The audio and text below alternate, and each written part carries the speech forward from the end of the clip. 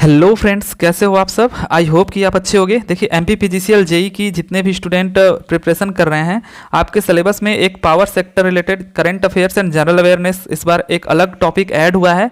तो I think आपको इसको भी ज़रूर करना चाहिए, क्योंकि ये बहुत ज़्यादा तो नहीं, 5 नंबर का पूछेगा। लेकिन अगर 100 में बात करें, 100 ही नंबर का क्वेश्चन हो, उसमें 5 नंबर काफ़ी मायने रखता है। तो आपको इस पर कम से कम एटलीस्ट 1 या 2 लेक्चर तो लगा ही लेना चाहिए, चाहे आपको जहाँ से भी मिले, ठीक है।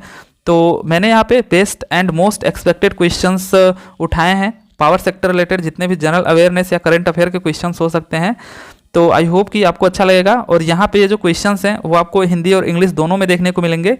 तो आप इसको हिंदी में भी कर सकते हो, क्योंकि कुछ लोगों को इंग्लिश उतना ठीक से करंट अफेयर्स के मामले में समझ में नहीं आता, भले ही टेक्निकल ठीक लगता है।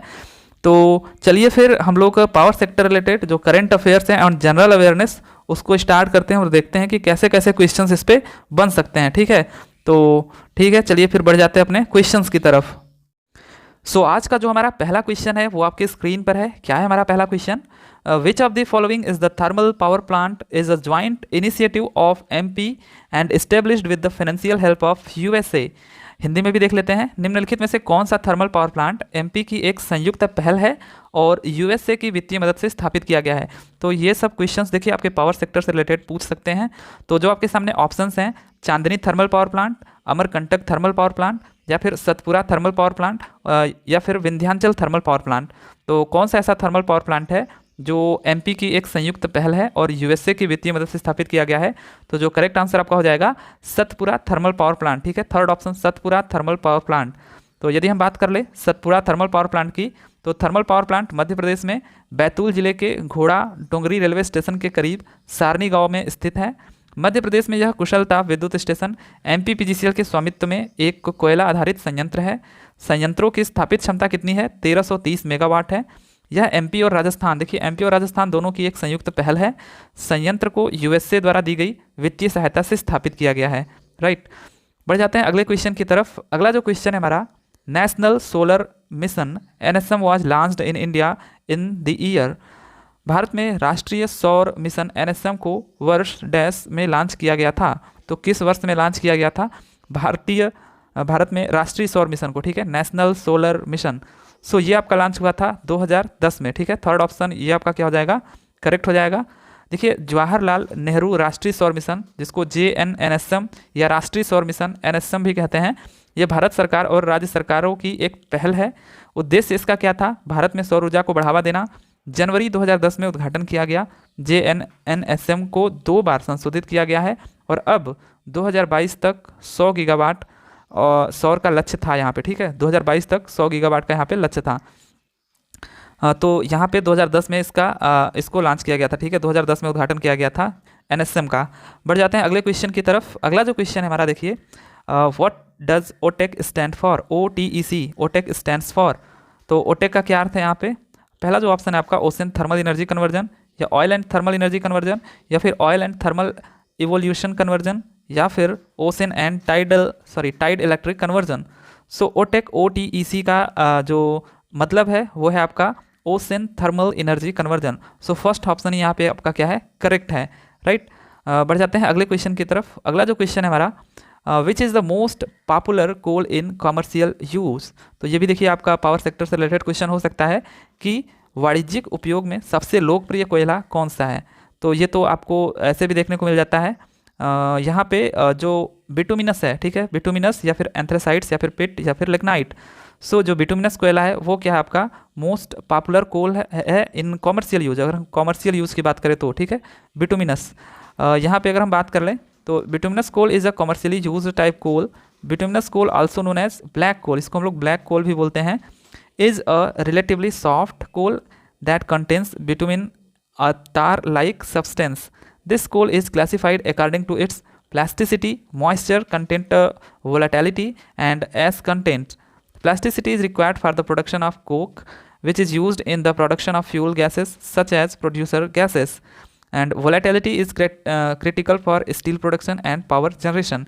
ये हमारा क्या था? Commercially used कोयला bituminous coal। बढ़ जाते हैं अगले क्वेश्चन की तरफ। अगला जो क्वेश्चन है, India's first atomic reactor was dash.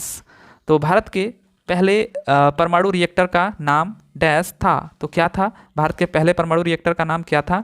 तो आपके सामने ऑप्शंस जो हैं आर्यभट्टा, सावित्री, या फिर जर्लिना, या फिर अप्सरा। सो यहाँ पे जो आपका करेक्ट आंसर हो जाएगा अप्सरा, ठीक है, फोर्थ ऑप्शन अप्सरा, ठीक है। तो भारत के पहले परमाणु रिएक्टर का क्या नाम था? अप्सरा। तो काफ़ी अच्छा क्वेश्चन है, ये भी पूछ सकता है यहाँ पे। अगर हम बात करें इंडियाज फर्स्ट एटॉमिक रिएक्टर, तो वो थी आपकी अप्सरा, थी कह लीजिए या फिर था, जो भी। Apsara is the oldest of India's research reactor. और किसने इसको लॉन्च किया था? Bhabha atomic research centre celebrated the golden jubilee of Apsara. अभी 2006 में या 2005 में इसका गोल्डन जुबली सेलिब्रेट किया गया था, क्योंकि ये जो आपका बना था 4 अगस्त 1956, ठीक है। The Apsara reactor attend critically at 1545 hours. This was a historic event to mark the beginning of the nuclear era in India, ठीक है। तो ये आपका रहा अप्सरा। और यदि हम लोग कुछ बात कर लें यहाँ पे, तो न्यूक्लियर रिएक्टर जैसे कि क्या होता है? The device use to initiate and control a fusion nuclear chain reaction or a nuclear fusion reaction. अब nuclear reactors are used in nuclear power plants अब for electricity generation and nuclear marine propulsion, ठीक है। अब यहाँ पे अगर हम बात करें यहाँ पे कि पावर स्टेशंस और स्टेट की, तो कौन कौन से न्यूक्लियर पावर स्टेशन है और किस किस स्टेट में है? तो देखिए आपके कैगा है जो कि कर्नाटका में है, और यहाँ पे आपका काकरापार है गुजरात में, ठीक है, काकरापार गुजरात में है, और कुंडनकुलम तमिलनाडु में है, और मद्रास या फिर कलपक्कम जो है वो तमिलनाडु में है, और नरोरा आपका उत्तर प्रदेश में है। राजस्थान तो राजस्थान में ही है। तारापुर जो है महाराष्ट्र में, ये भी काफ़ी फेमस है, तारापुर महाराष्ट्र में है, ठीक है। ये सब न्यूक्लियर पावर प्लांट हैं। बढ़ जाते हैं अपने अगले क्वेश्चन की तरफ। अगला जो क्वेश्चन है हमारा 6th नंबर का, where was first hydroelectric plant established in India? Bharat में पहला जल विद्युत संयंत्र कहाँ लगाया गया था? तो काफ़ी अच्छा क्वेश्चन है ये भी। तो जो पहला जल विद्युत संयंत्र, that means hydro electric power plant, वो आपका दार्जिलिंग में लगाया गया था, ठीक है, दार्जिलिंग। देख लेते हैं यहाँ पे जो हमारा भारत में पहला पन बिजली कहते हैं, ठीक है, जो हमारा हाइड्रो इलेक्ट्रिक पावर प्लांट है हिंदी में, संयंत्र जो है वो दार्जिलिंग पश्चिम बंगाल में स्थापित किया गया था, ठीक है, पश्चिम बंगाल में। सिद्रपोंग दार्जिलिंग में 130 किलोवाट की परियोजना 1897 में लगाई गई थी, ठीक है। 130 किलोवाट की थी केवल उस समय। और यह पनबिजली सुविधा एशिया की पहली पनबिजली सुविधा थी, ठीक है, मतलब पहली हाइड्रो इलेक्ट्रिक पावर प्लांट थी। और बर्दवान के महाराजा धीराज सर विजय चंद्र मेहताब बहादुर और ब्रिटिश प्रशासन की सहायता से भारत में पहला hydro electric power plant Darjeeling में बनाया गया था।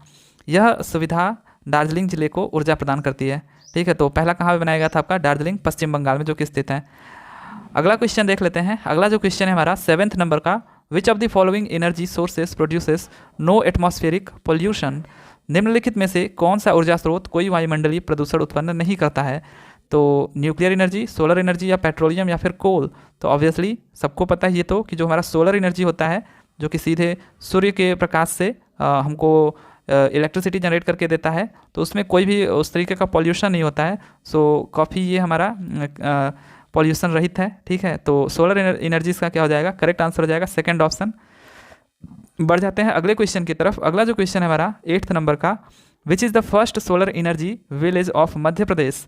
मध्य प्रदेश का पहला सौर ऊर्जा गांव कौन सा है? तो देखिए मध्य प्रदेश का अगर हम बात करें पहला सौर ऊर्जा गांव, तो क्या वो कस्तूरबा है जो कि इंदौर में है, या फिर वो संबलगढ़ है जो कि मुरैना में है, या फिर वो मानसा है जो कि मंदसौर में है, या फिर none of these?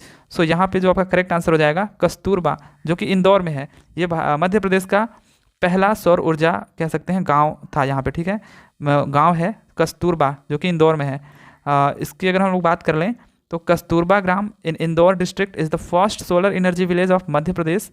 Kasturba Gram was founded by Mahatma Gandhi and is managed by the Kasturba Gandhi National Memorial Trust. The main objective of this trust is to show ways of empowerment in the quality of village life and the welfare of rural women and children. ठीक है, सो यहाँ पे कस्तूरबा इसका क्या था? Correct answer था। बढ़ जाते हैं अगले क्वेश्चन पे। A fuel cell in order to produce electricity burns. एक ईंधन सेल विद्युत उत्पन्न करने के लिए डैश को जलाता है। तो किसको जलाता है? जो एक फ्यूल होता है, fuel cell in order to produce electricity, किसको बर्न करता है? वो हीलियम को, या फिर नाइट्रोजन को, या फिर हाइड्रोजन को, या नन ऑफ दी एबो? सो यहाँ पे जो आपका करेक्ट आंसर हो जाएगा, जो फ्यूल सेल होता है वो हाइड्रोजन को बर्न करता है टू प्रोड्यूस इलेक्ट्रिसिटी, ठीक है। हाइड्रोजन को जो हाइड्रोजन होता है, यहाँ पे अगर हम बात करें, fuel cell is a device that generate electricity by a chemical reaction. तो उसमें क्या होता है कि hydrogen is the basic fuel, ठीक है। हाइड्रोजन जो हमारा होता है वो इसमें फ्यूल का काम करता है, but fuel cell also required oxygen and great appeal of fuel cell is that they generate electricity with very little pollution, ठीक है। यहाँ पे हाइड्रोजन के साथ साथ ऑक्सीजन की भी ज़रूरत पड़ती है, और यहाँ पे ये कह रहा है कि जो फ्यूल सेल्स होते हैं उनका एक और यहाँ पे खासियत है कि वो इलेक्ट्रिसिटी जनरेट करते हैं बहुत ही कम पॉल्यूशन के साथ, ठीक है।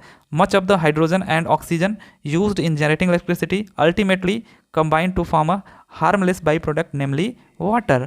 सो ऑब्वियसली जो हमारा हाइड्रोजन और ऑक्सीजन अगर मिल गए तो लास्टली ये क्या हो जाता है, अल्टीमेटली ये कंबाइन होकर के हमारा वाटर बना देते हैं, ठीक है, जो कि हार्मलेस होता है। तो फ्यूल सेल किसको बर्न करता है, हाइड्रोजन को, ठीक है, लेकिन ऑक्सीजन की भी रिक्वायरमेंट उसमें होती है। बढ़ जाते हैं अगले क्वेश्चन की तरफ। अगला जो क्वेश्चन है, which of the following is used in high voltage transmission materials. निम्नलिखित में से कौन उच्च वोल्टेज संचार पदार्थों में प्रयोग होता है। तो कौन इसमें से होता है निम्नलिखित में से, मतलब which of the following is used in high voltage transmission material. क्या वो जिंक यूज़ करते हैं, एल्यूमिनियम या फिर silicon, none of the above. So जो आपके सामने ऑप्शंस हैं उनको देख के ये पता चलता है कि एल्यूमिनियम इसमें से बेस्ट है, जो कि हाई वोल्टेज ट्रांसमिशन मटेरियल में यूज़ किया जाता है। करने को तो हम लोग कॉपर भी यूज़ कर सकते हैं, ठीक है, बट यहाँ पे होता क्या है कि काफ़ी ये महंगा होता है और चोरी वगैरह हो जाता है, इस वजह से इसको नहीं यूज़ किया जाता है। और एल्युमिनियम जो होता है वो वेट में भी काफ़ी हल्का होता है इसके कंपेरिजन में। तो बेस्ट हमारा होता है, अगर हर चीज़ को अगर नाप तोल के देखें इकोनॉमिक वे से भी और हर चीज़ से, तो एल्युमिनियम हमारा बेस्ट होता है for high voltage transmission material, ठीक है। सो सेकेंड ऑप्शन यहाँ पे क्या हो जाएगा, आपका करेक्ट हो जाएगा, एल्यूमिनियम। जाते हैं अपने अगले क्वेश्चन की तरफ। अगला जो क्वेश्चन है हमारा 11th नंबर का, which of the following is one of the largest coal fired power station of NTPC. So NTPC का यहाँ पे पूछ रहा है सबसे बड़ा कोल फायर्ड पावर स्टेशन कौन सा है, national thermal power corporation limited. So यहाँ पे जो आपके ऑप्शन है, Vindhyachal thermal power station, Amarkantak thermal power station, या सतपुरा थर्मल पावर प्लांट, या फिर Chandni thermal power plant. So obviously यहाँ पे जो एनटीपीसी का सबसे largest coal fire power station है वो विंध्याचल थर्मल पावर प्लांट है, जो कि सिंगरौली में है, मध्य प्रदेश के। और इसकी कैपेसिटी लगभग आपको बताऊँ तो 4760 मेगावाट है, ठीक है, इतनी मेगावाट है इसकी कैपेसिटी। तो यहाँ पे सिंगरौली जो विंध्याचल थर्मल पावर स्टेशन है वो एनटीपीसी का largest coal fired power station है। सो फर्स्ट ऑप्शन यहाँ पे आपका क्या हो जाएगा, करेक्ट हो जाएगा। बढ़ जाते हैं अगले क्वेश्चन की तरफ। अगला जो क्वेश्चन है, where is the headquarter of भेल।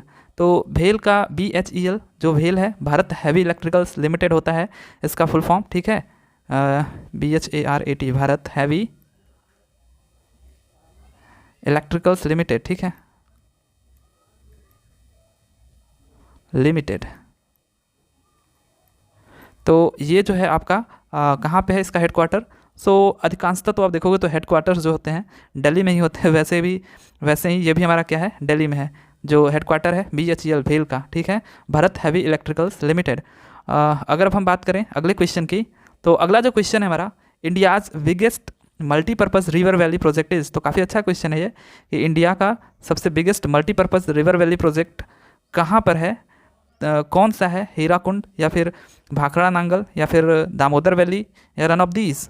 सो ऑब्वियसली भाखड़ा नांगल, ठीक है, भाखड़ा नांगल 3 राज्यों के उससे बना हुआ है, ठीक है। यहाँ पे देखिए Bhakra Nangal project is the largest multipurpose river valley project in India and the highest straight gravity dam in the world, 225.5 metre high, ठीक है, तो 225.5 मीटर ऊंचा है ऑन द रिवर सतलज, ठीक है, सतलज नदी पे। और Bhakra Nangal is the joint Bhakra Nangal is a joint venture of Punjab, Haryana and Rajasthan. This the river valley project was completed at a cost of रुपया 236 करोड़, ठीक है, ये उस समय की बात है, 236 करोड़ में ये बना था। The Bhakra dam impounds 986.8 crore cubic metres of water, ठीक है। तो यहाँ पे इतना 986.8 करोड़ घन मीटर इसका जो वॉल्यूम है आप कह सकते हो, इतना पानी ये रख सकता है। The canal system of the project is now irrigating 14.8 lakh hectares और 14.8 लाख, ठीक है, 14.8 अगर हम बात करें तो इतने लाख हेक्टेयर्स की ये अब तक सिंचाई भी कर चुका है। It generates 1204 megawatt of electricity और 1204 मेगावाट इलेक्ट्रिसिटी ये जनरेट करता है। तो ये कुछ रहे आपके काफ़ी अच्छा ये क्वेश्चन है। भाखड़ा नांगल प्रोजेक्ट आप लोगों को अच्छे से देख लेना चाहिए कि क्या क्या है। 1204 मेगावाट जनरेट करता है इलेक्ट्रिसिटी और 986.8 crore cubic metres of water रख सकता है और इरिगेशन पर्पज़ के लिए भी यूज किया जाता है। अब तक 14.8 लाख हेक्टेयर सिंचाई हो चुकी है इससे और 236 करोड़ रुपए में कंप्लीट हुआ था ये। और अगर हम बात करें ये पंजाब हरियाणा और राजस्थान, ठीक है, पंजाब हरियाणा और राजस्थान के ज्वाइंट वेंचर से बना हुआ है और ये सतलज नदी पर है, राइट। बढ़ जाते हैं अगले क्वेश्चन की तरफ। अगला जो क्वेश्चन है हमारा 14th नंबर का, which of the following project is a joint project of Madhya Pradesh and Maharashtra. So Madhya Pradesh और महाराष्ट्र के ज्वाइंट प्रोजेक्ट से बात करें अगर हम लोग, तो कौन सा इसमें से प्रोजेक्ट बना हुआ है।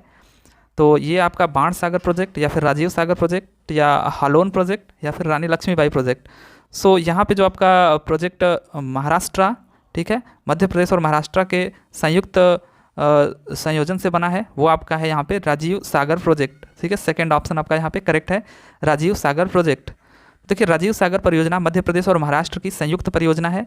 इसे बावनथड़ी परियोजना के रूप में भी जाना जाता है। यह बावनथड़ी नदी के तट पर स्थित है। इसका निर्माण 1975 में बालाघाट जिले के पुरवा गांव में किया गया था। यह बालाघाट जिले में 18,612 हेक्टेयर भूमि की सिंचाई कर सकता है, ठीक है। आप यहाँ देख सकते हो 18,612 हेक्टेयर इतने भूमि की सिंचाई कर सकता है। बढ़ जाते हैं अगले क्वेश्चन की तरफ। अगला जो क्वेश्चन है हमारा, इन जून 2022 Tata power solar system limited has commissioned India's largest floating solar power project in which of the following cities. मतलब कि जून 2022 में Tata power solar system limited ने निम्नलिखित में से किस शहर में भारत की सबसे बड़ी फ्लोटिंग और सौर ऊर्जा परियोजना शुरू की। तो आपके जो ऑप्शन है दीसपुर में की या कायाकुलम में, मुंबई में या इंदौर में। तो यहाँ पे जून 2022 की बात करें यदि हम लोग, तो Tata power solar system limited ने आपका कायाकुलम में सबसे बड़ी फ्लोटिंग सौर ऊर्जा परियोजना की शुरुआत करी थी, ठीक है। बिगेस्ट सोलर पावर प्रोजेक्ट कायाकुलम में, आपको याद रखना है सेकंड ऑप्शन कायाकुलम में। अगला क्वेश्चन देख लेते हैं यहाँ पे Tata power solar system Tata power solar system limited ने केरल के कायाकुलम में भारत की सबसे बड़ी फ्लोटिंग और सौर परियोजना को चालू करके एक उल्लेखनीय उपलब्धि हासिल की। इसे 350 एकड़ जल निकाय बैक वाटर क्षेत्र में लॉन्च किया गया है, जिसकी स्थापित क्षमता 101.6 मेगावाट पीक है। अगला जो क्वेश्चन है हमारा 16th नंबर का, in which of the following districts is the Essar Mahan power plant located in Madhya Pradesh. Madhya Pradesh में एसआर महान पावर प्लांट निम्नलिखित में से किस जिले में स्थित है। तो किस जिले में स्थित है एसआर महान पावर प्लांट? क्या धार में, सिंगरौली में, सतना में या फिर कटनी में? तो अगेन ये हमारा कहाँ पे है, सिंगरौली में। सिंगरौली में है, ये भी है जो मध्य प्रदेश में है आपका। तो अगर हम बात करें एहसान महान पावर प्लांट की, तो यह मध्य प्रदेश के सिंगरौली जिले में स्थित एक 1200 मेगावाट, मतलब 2 यूनिट है इसके, 600 मेगावाट के कैप्टिव कोयले से चलने वाला पिट हेड पावर प्लांट है, ठीक है। तो हमारे यहाँ पे जो करेक्ट आंसर हो जाएगा आपका सेकंड सिंगरौली, राइट। सिंगरौली यहाँ पे आपका क्या हो जाएगा, करेक्ट आंसर हो जाएगा। बढ़ जाते हैं अगले क्वेश्चन की तरफ। अगला जो क्वेश्चन है हमारा 17th नंबर का, where is the power finance corporation limited headquarter. तो यहाँ पे अगेन हमको हेड क्वार्टर बताना है किसका, पावर फाइनेंस कॉर्पोरेशन लिमिटेड का, कि फाइनेंस पावर कॉर्पोरेशन लिमिटेड का हेड क्वार्टर कहाँ है। तो अगेन ये हमारा न्यू दिल्ली में ही है, ठीक है। अधिकांशतः तो हेडक्वार्टर नई दिल्ली में ही पड़ जा रहे हैं। So power finance corporation limited का हेडक्वार्टर आपको याद रखना है, ये भी आपका नई दिल्ली में है। फर्स्ट ऑप्शन यहाँ पे करेक्ट हो जाएगा। अगला क्वेश्चन देख लिया यदि हम लोग, तो 18th नंबर का जो क्वेश्चन है, which of the following sources of renewable energy uses heat from magma within the earth to heat homes or produce steam that turns turbine.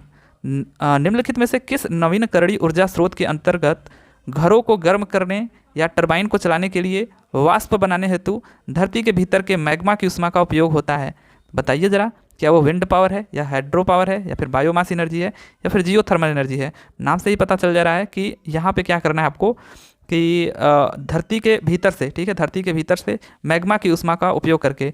तो धरती के भीतर जितने भी रेडियो एक्टिव एलिमेंट्स होते हैं, ठीक है, उसके आप कह सकते हैं कि उसको डीके होने से, उनके डीके होने से अच्छा खासा एक हीट उत्पन्न होता है, जो कि धरती के जो सतह होती है पृथ्वी की, वहाँ का टेम्परेचर और नीचे का टेम्परेचर में अंतर होने की वजह से यहाँ पे हायर टू लोअर यहाँ पे जो हीट होती है वो फ्लो होती है। और इसी के फ्लो से यहाँ पे जो ये कह रहा है कि मैग्मा का उष्मा का उपयोग करके ये क्या करता है, टरबाइन को रन कराता है, ठीक है, टरबाइन को ये रन कराता है। तो ये किस में होता है आपका, जो फोर्थ ऑप्शन आपका हो जाएगा जियोथर्मल एनर्जी, ठीक है, भूतापीय ऊर्जा, नाम से भी पता चल रहा है। तो ये भी अच्छा क्वेश्चन है आपका कि किससे यहाँ पे टरबाइन को चलाने के लिए हम लोग किसका उपयोग करते हैं, जो कि धरती के भीतर मैग्मा की उष्मा का उपयोग करता है, तो भूतापीय ऊर्जा। बढ़ जाते हैं अगले क्वेश्चन की तरफ। अगला जो क्वेश्चन है, which of the following is not a renewable source of energy. So अब देखिए रिन्यूएबल एनर्जी यहाँ पे सोर्स की बात कर रहा है, रिन्यूएबल सोर्स ऑफ एनर्जी। तो जो भी सोर्स, ऐसे सोर्स जो कि दोबारा रिन्यू हो सकते हैं, जैसे बिजली को पैदा करने के बाद, जनरेट करने के बाद दोबारा से उनको रिन्यू कर सकते हैं, रिन्यूएबल हो गया। और इनको इंग्लिश में हम लोग क्या बोलते हैं, नॉन कन्वेंशनल, ठीक है, नॉन कन्वेंशनल, इसका ये भी नाम है हमारा, नॉन कन्वेंशनल भी बोलते हैं और रिन्यूएबल भी बोलते हैं। और वहीं जो कन्वेंशनल होते हैं केवल, ठीक है, कन्वेंशनल, वो क्या होते हैं हमारे, नॉन रिन्यूएबल होते हैं, ठीक है। तो यहाँ पे अगर हम बात करें तो ये बोला है नॉट रिन्यूएबल, तो रिन्यूएबल इनमें से कौन सा नहीं है। विंड मिल, आपने देखा होगा बड़े बड़े पंखे की तरह लगे होते हैं ना, उसमें जनरेटर वगैरह सेट किया जाता है, तो विंड मिल हो गया, सोलर सेल हो गया, न्यूक्लियर पावर और टाइडल पावर। सो इनमें से आपको बताना है कौन सा नॉन रिन्यूएबल है। तो अगर देखिए आपको कन्फ्यूजन भी होता है कि ये नॉन रिन्यूएबल और रिन्यूएबल में कैसे मतलब हम लोग क्लैरिफाई करें, तो आप यहाँ पे देख भी सकते हो कि ये विंड मिल प्राकृतिक स्रोत है, हवा से चलता है, और सोलर सेल सूर्य की गर्मी लेता है, सूर्य का उष्मा लेता है उसके प्रकाश से। और टाइडल भी हमारा जो समुद्र होता है हमारा किनारा, उस पर जो टाइडल ऐसे ऐसे बनते हैं ना, उसकी वजह से यहाँ पे टाइडल पावर, हालांकि ये चलन में है नहीं, बट टाइडल पावर को भी हम लोग देख सकते हैं क्या हमारा प्राकृतिक है। बचा हमारा क्या, एक न्यूक्लियर पावर प्लांट जो कि हमारा आर्टिफिशियल दिखाई दे रहा है। सो यही हमारा क्या है, हमारा रिन्यूएबल नहीं है, ठीक है, ये नॉन रिन्यूएबल है, बाकी सब रिन्यूएबल हैं आपके, ठीक है, चाहे वो विंड हो या सोलर हो या फिर टाइडल हो। सो हमारा करेक्ट ऑप्शन क्या हो जाएगा, न्यूक्लियर पावर प्लांट एक ऐसा एनर्जी सोर्स है जो कि रिन्यूएबल नहीं है। सो थर्ड ऑप्शन यहाँ पे क्या हो जाएगा, करेक्ट हो जाएगा। तो अगर हम लोग बात कर ले रिन्यूएबल सोर्स ऑफ एनर्जी की, तो renewable energy source means energy that is sustainable, something that can't run out or is endless, जो ख़त्म नहीं होता है। तो जैसे कि हमारा यहाँ पे अब था सन था, ठीक है, विंड था, ठीक है, टाइडल था, तो ये सब हमारे क्या है, ख़त्म नहीं होते हैं। और अगर हम लोग बात करें रिन्यूएबल एनर्जी सोर्सेज के, तो कौन कौन से हैं, जैसे solar energy, wind energy, hydro पानी भी, टाइडल जो समुद्र के सतह पर टाइडल बनते हैं, जियोथर्मल, बायोमास एनर्जी, ठीक है। तो इतने हमारे हो गए रिन्यूएबल एनर्जी सोर्स। अब बढ़ जाते हैं अगले क्वेश्चन की तरफ। अगला जो क्वेश्चन है हमारा, विच of the following district of Madhya Pradesh is called the energy capital of India. Again देखिए एनर्जी कैपिटल ऑफ इंडिया हमारा कौन है, सिंगरौली, सतना, या फिर यहाँ पे है खरगोन या फिर उज्जैन। तो यहाँ पे आपका अगेन जो हमारा करेक्ट आंसर हो जाएगा सिंगरौली, जो कि मध्य प्रदेश में है। ये हम इसको हम लोग ऊर्ध्वांचल नाम से भी जानते हैं, ठीक है, ऊर्ध्वांचल नाम से भी इसको जानते हैं हम लोग। तो ये हमारा कह सकते हैं कि कैपिटल ऑफ एनर्जी है, इंडिया का जो capital of India, energy capital of India इसको बोलते हैं सिंगरौली को, ठीक है, जो कि मध्य प्रदेश में है। और यहाँ पे देखोगे तो थर्मल पावर प्लांट आपको देखने को मिल जाते हैं। अभी मैंने आपको पीछे कई सारे पावर प्लांट दिखाए हैं जो कि सिंगरौली में ही सिचुएटेड थे। तो मध्य प्रदेश में ये स्थित है energy capital of India Singrauli में। सो फर्स्ट ऑप्शन इसका क्या हो जाएगा, करेक्ट आंसर हो जाएगा। तो ठीक है, फिर यहीं तक करते हैं। इसके अगले पार्ट में हम लोग इतने ही क्वेश्चंस और करेंगे जो कि पावर सेक्टर से रिलेटेड होगा। तो आई होप कि आपने इसको एंजॉय किया होगा। अगर कहीं पे डाउट हो या फिर आप लोगों को नहीं समझ में आया हो तो कमेंट करके ज़रूर बताएं। चलिए फिर मिलते हैं अगले वीडियो में अगले क्वेश्चंस के साथ। तब तक के लिए thank you, tata, bye bye.